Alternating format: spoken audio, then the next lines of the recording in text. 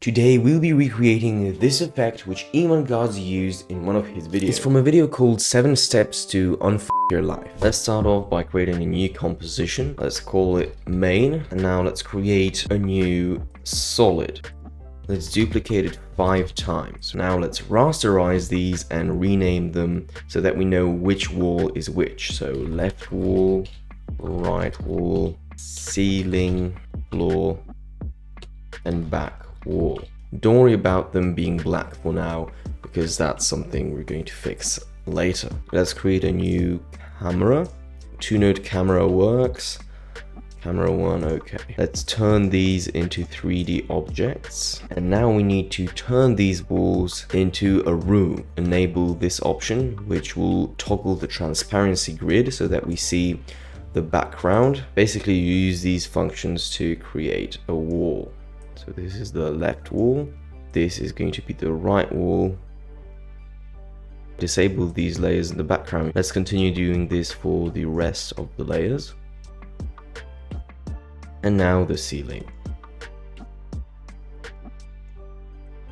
And that's how we created this rough outline of that room. Don't worry about it not being perfect, we'll focus on that later on. But now we need to adjust the colors of these walls, so introduce the gradients or the grid on the floor. So let's do that. So let me take a look at the reference, right?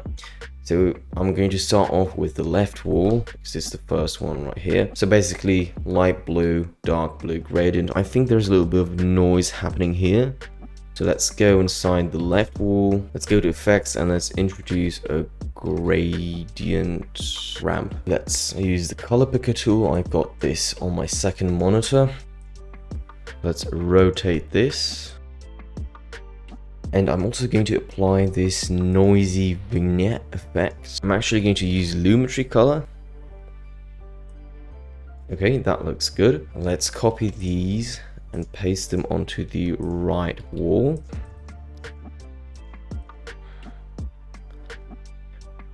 And then for the ceiling, let's do the exact same thing.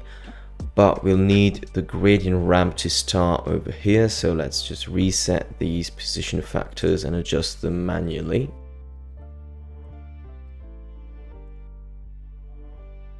Okay, something like that. Oh no, it needs to be the other way around.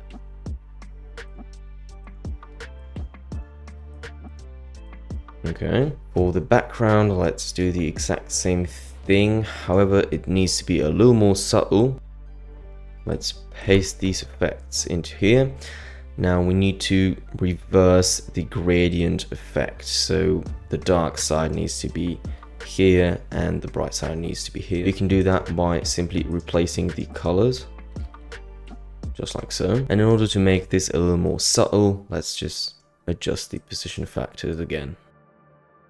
And then for the floor, let's just apply this grid effect. I'm going to add a new solid. I'm going to copy the color that was used in the original, and let's adjust the settings of that grid to make it look very similar to what Iman Gadzhi had in his video.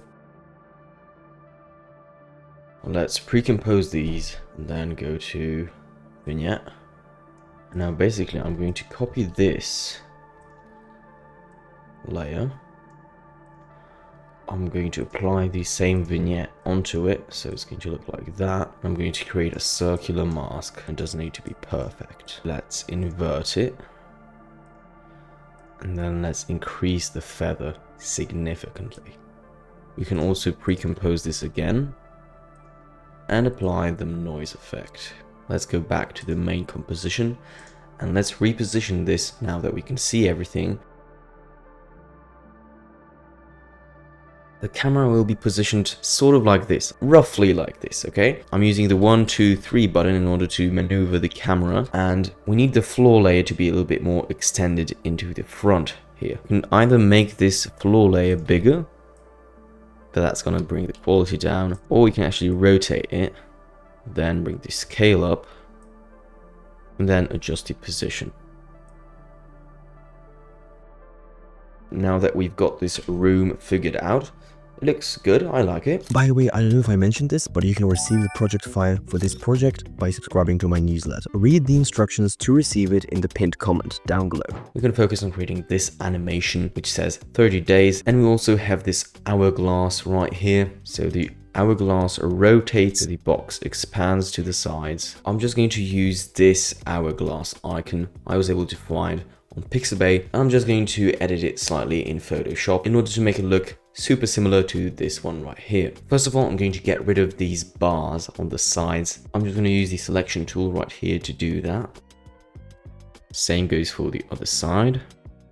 I'm also going to remove this part and this part. Let's just use the rubber tool to round these corners right here.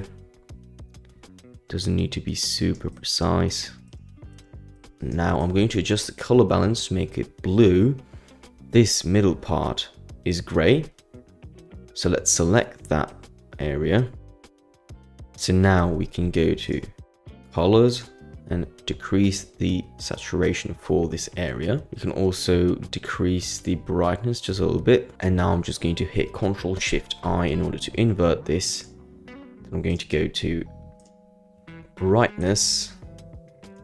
I'm going to bring this down quite a bit. And now I can basically copy this multiple times so that we get rid of this transparency effect for the hourglass, because we don't really need that, to be honest. Let's bring in the hourglass into After Effects, new composition, and let's just call it the hourglass and text. I'm just going to paste the hourglass. I'm going to scale it down a little bit, and we're going to recreate this flip animation as I mentioned. It's scaled down and it rotates and it becomes bigger. So let's just do the exact same thing. Hit the clock icon next to scale rotation.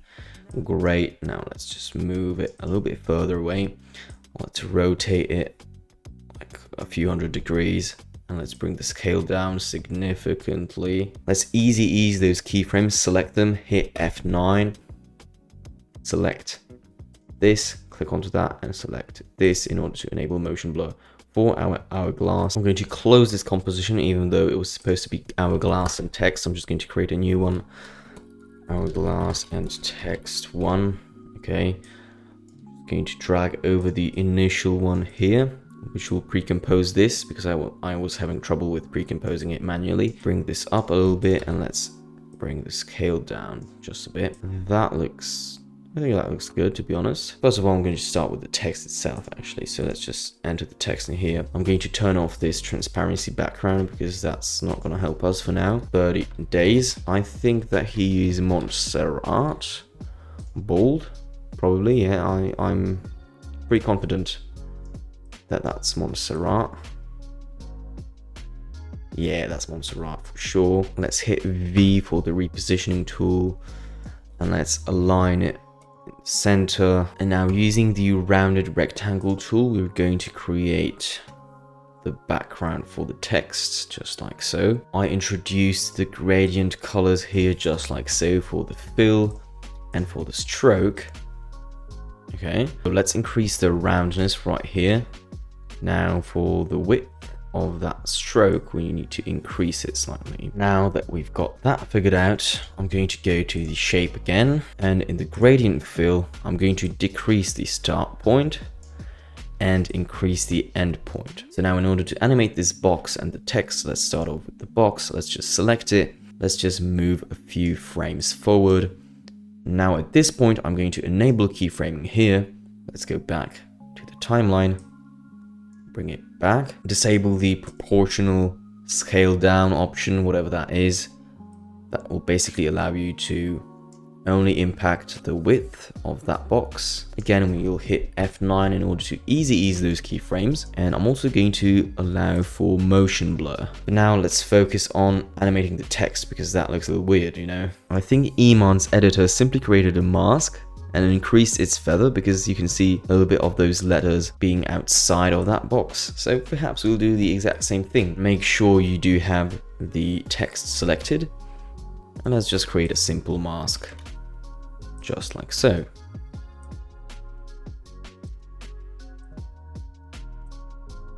Okay, and now let's go over to masks, mask path, add a keyframe.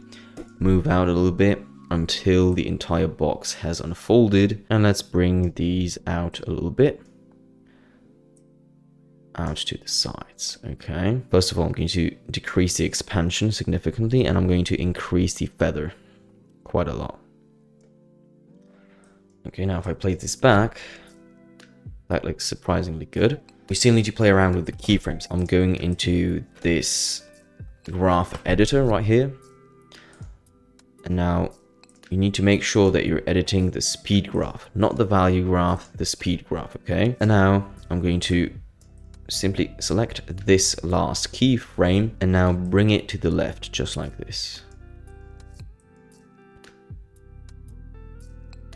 This is going to take some time to load, but eventually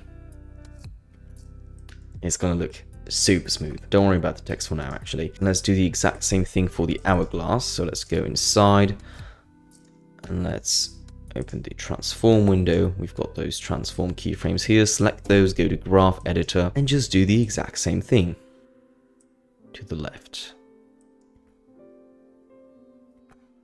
Okay, now for the text, we select the keyframes. Let's go to the graph editor. Let's bring this down a little bit.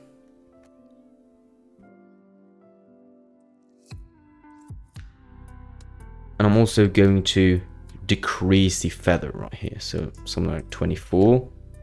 And now for the expansion, let's not do 100, maybe something like that. And then at the beginning, we can also apply some keyframes to the opacity so that it's 0 at the beginning.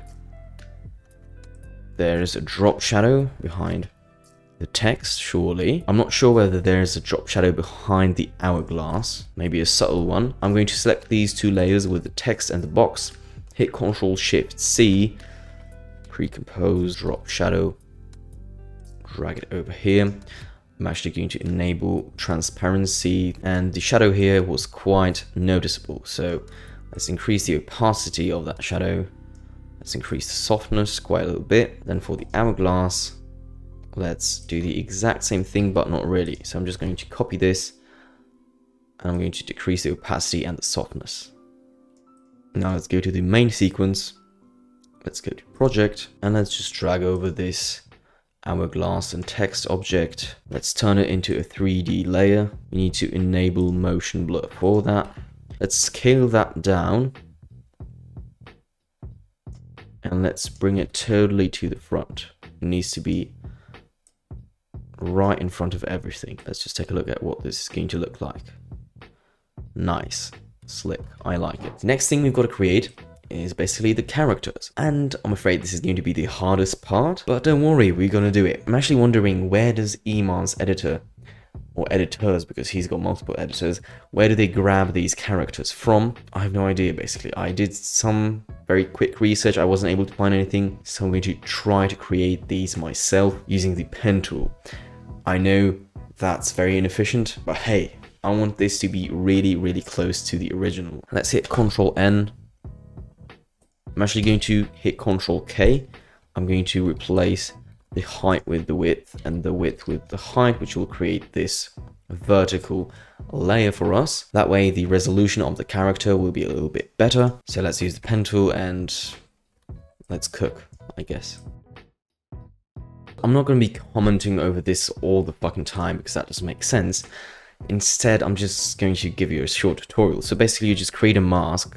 Very simple. You just drag the pen tool just like so, and then also remember to pay attention to the gradient that was applied onto that character. You just go in here into contents, then you go to the gradient fill, then you basically adjust these settings right here, the end point and the start point, and you can use these for reference. One key thing you should notice and remember about when creating this animation is about adding drop shadows, for example, just like so, in order to separate, for example, the chin from the neck. Let me just play around with this. Bam, just like so. Very subtle, but it creates a huge difference.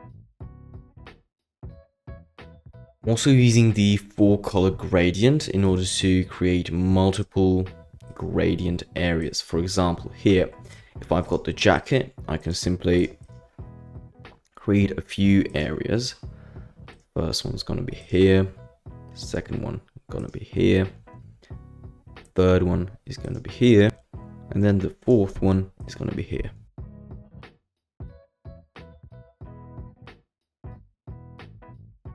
The guy that's going to be on the left is ready. Now it's time for the guy on the right. I actually had to increase the resolution here because the guy wasn't tall enough. So I just had to increase the height to 2500 pixels. Guy 2. And that resolution is all right. Let's just paste the old guy in here. Pre-compose the guy that we created now. I can paste it into the main sequence for now. Let's just not move him around, it doesn't matter for now. Let's focus on creating guy number 2, which should be a little easier because we've got guy number 1 created.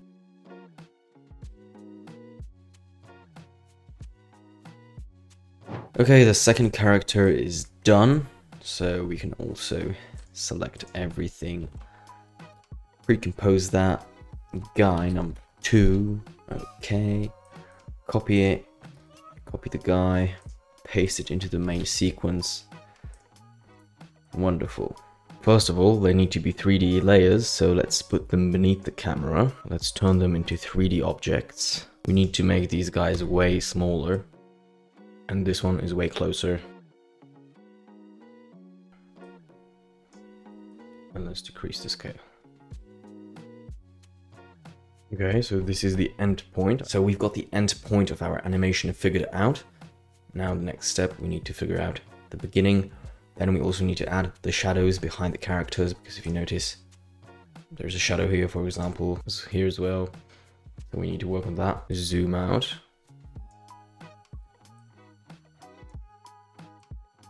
Tilt this. Okay, something like that. Those shoes should be above the ground. Same goes for the second character. Up, up. Well, now they're too tall. We can pose the shoe so that we can move it around. Okay. Move it up. This shoe up. That looks more or less good. But obviously the walls aren't big enough. I'm actually going to unpin the scale functions. Extend it. Bring it forward. Same goes for the floor. Extend this. And then the last wall. This one. Bring it here. In order to add the shadows here, we need to hit New Light. Choose the point light. Make sure you've got casting shadows enabled. Open this up. Go to Transform. And now we need to adjust it so that it's far away, far back behind the camera. So something like 3500 will bring it. Yeah, that looks good. That's okay. Maybe even further away. And the next thing we've got to do is we need to adjust the shadow positioning, or basically the positioning of the light, which will impact the shadow. You can see that the shadows in here in Iman's version look like that. Let's keep that in mind. Let's just bring them down. Okay. And the next thing you're going to do is you're basically going to go to every object that isn't supposed to be impacted by this. And you just disable accept lights or shadows. Turn this off. Then for this guy, don't accept lights, but do accept shadows. For this guy, same thing. Does not accept lights, does accept shadows. For the right wall, we're going to disable any kind of lighting or shadows. So do not accept shadows, do not accept lights as well. For the left wall, same thing. For the floor, only accept shadows, do not accept lights. For the back wall, do not accept shadows and do not accept lights. And for the ceiling, simply don't accept anything.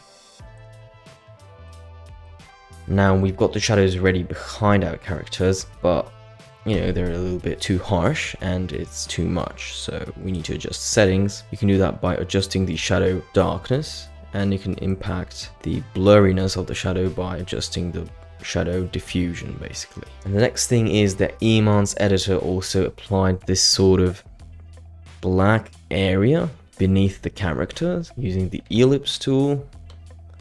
Copied the parameters of the floor, pasted onto here. Okay. Alright, and now I'm just going to apply Gaussian blur to this.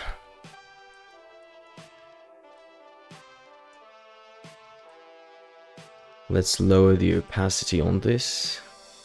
Same goes for the second character. We do need to adjust the keyframes for the camera itself, so let's just bring this up to the front. Select this, hit F9.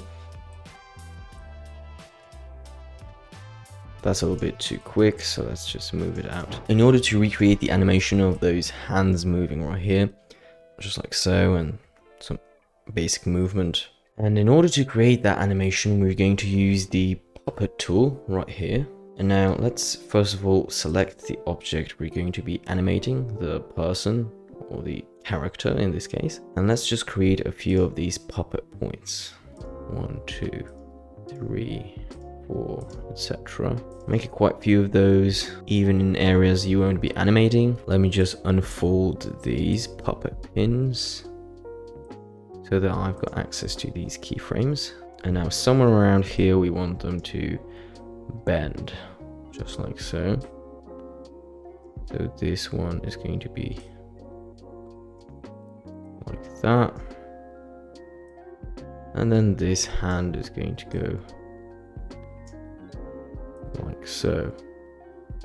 Now, if we select these keyframes, we can ease them by hitting F9. I'll also add a sort of head tilt animation right here, because I think it's gonna look cool. It's going to be hard to animate this hand because it's going to interfere with the leg. So I think we're going to animate this part inside of this pre-composed layer, actually. That's the arm, and then this is the hand, okay? Control-Shift-C, arm. Let's just pre-compose those. Position transform. Rotate this body. Position back where it was. We need to adjust the anchor point. Let's reverse that movement. And let's do something like this. Hit F9. And that created this super nice movement. Then for the second arm, do the exact same thing. Transform, anchor point, rotation.